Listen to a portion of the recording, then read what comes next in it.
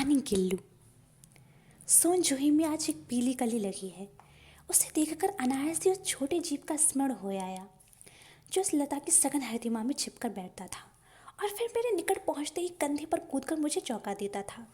तब मुझे कली की खोज रहती थी, पर आज उस लघु प्राणी की खोज है। परंतु वह तो अब तक सोनजोही की जड़ में मिट्टी होकर मिल गया होगा। कौन जाने स्वर्णिम कली के बहाने वही मुझे चौंकाने ऊपर आ गया हो। अचानक एक दिन सवेरे कमरे से बरामदे में आकर मैंने देखा, दो कौवे कमरे के चारों ओर चोंचों से छुआ छुअल जैसा खेल खेल रहे हैं। ये काग भी बड़ी विचित्र पक्षी हैं, एक साथ समादृत, अनादृत, अति सम्मानित, अति अवमानित। हमारे बेचारे पुरखे न गौड़ के रूप में आ सकते हैं, न मयूर के, न हंस के। उन्हें पितरपक्ष में हमसे कुछ पाने के लिए काग बनकर ही अवतीर्ण होना पड़ता है। इतना ही नहीं, हमारे दूरस्थ परिजनों को भी अपने आने का मधुर संदेश इनके कर्कश स्वर में ही देना पड़ता है। दूसरी ओर हम कौआ और काँव काँव करने को अवमानना के अर्थ में ही प्रयुक्त करते हैं। मेरे काक पुराण के विवेचन में अचानक बाधा आ पड़ी, क्योंकि गमले और दीवार की संधि में छिपे एक छोटे से जीव पर मेरी दृष्टि रुक गई। निकट जाकर देखा, गिलहरी का एक छोटा सा बच्चा है जो संभवतः घोंसले से गिर पड़ा है और अब कौए जिसमें सुलभ आहार खोज रहे हैं।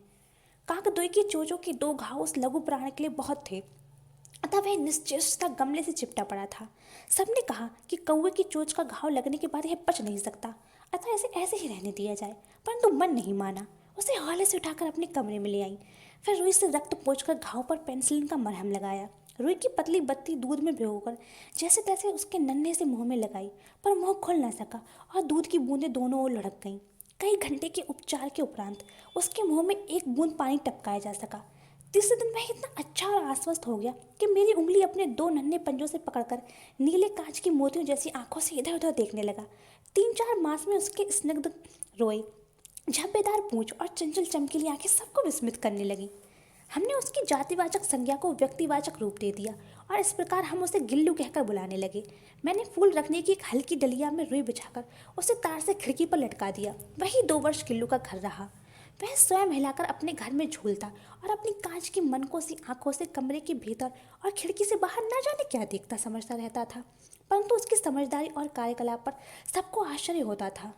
जब मैं लिखने बैठती तब अपनी ओर मेरा ध्यान आकर्षित करने की उसे इतनी तीव्र इच्छा होती थी कि उसने एक अच्छा सा उपाय खोज निकाला। वह मेरे पैर तक आकर सर से पर्दे पर चढ़ जाता और उसे तेजी से उतरता। उसका यह दौड़ने का क्रम तब तक चलता जब तक मैं उसे पकड़ने के लिए ना उठती।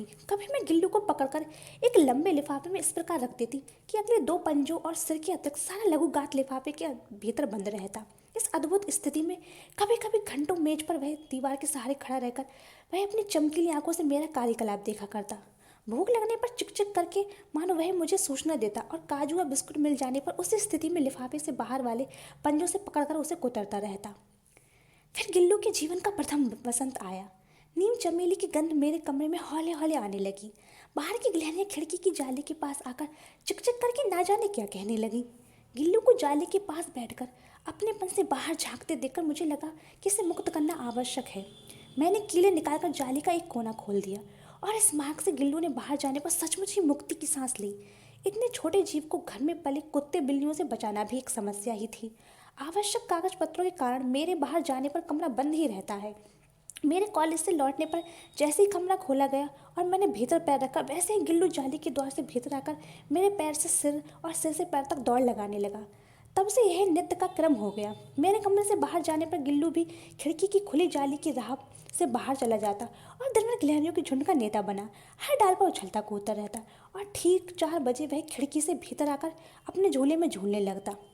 मुझे चौंकाने की इच्छा उसमें ना जाने कब और कैसे उत्पन्न हो गई थी। कभी फूलदान के फूलों में छिप जाता, कभी पर्दे के चुन्नट में और कभी सोनजोई की पत्तियों में।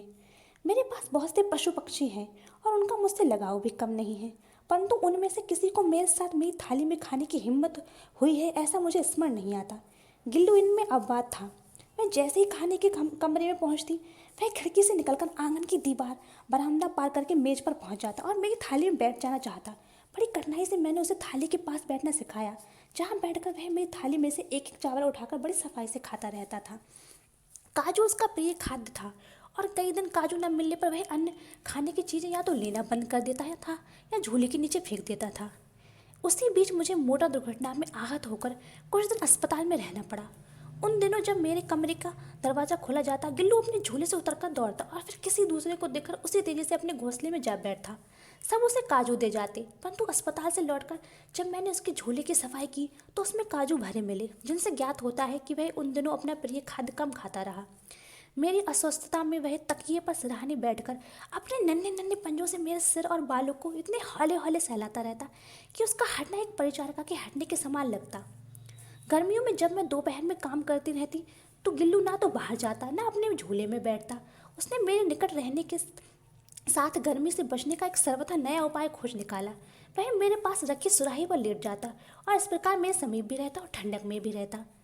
गिलहरियों के जीवन की अवधि 2 वर्ष से अधिक नहीं होती, अतः गिल्लू की जीवन यात्रा का अंत आ ही गया।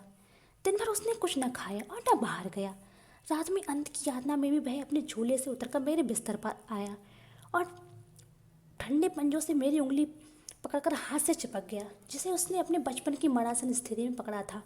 पंजे इतने ठंडे हो रहे थे कि मैंने जागकर हीटर जलाया और उसे उष्णता देने का प्रयत्न किया, परंतु प्रभात की प्रथम किरण के स्पर्श के साथ ही वह किसी और जीवन में जागने के लिए सो गया।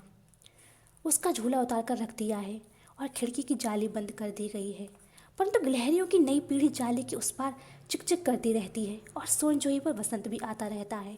सोनजोई की लता के नीचे गिल्लू की समाधि दी गई, इसलिए भी कि उसे वह लता सबसे अधिक प्रिय थी, इसलिए भी कि उस लघुगात का किसी वासंती दिन जूही के पीलाप छोटे फूल में खिल जाने का विश्वास मुझे संतोष देता है।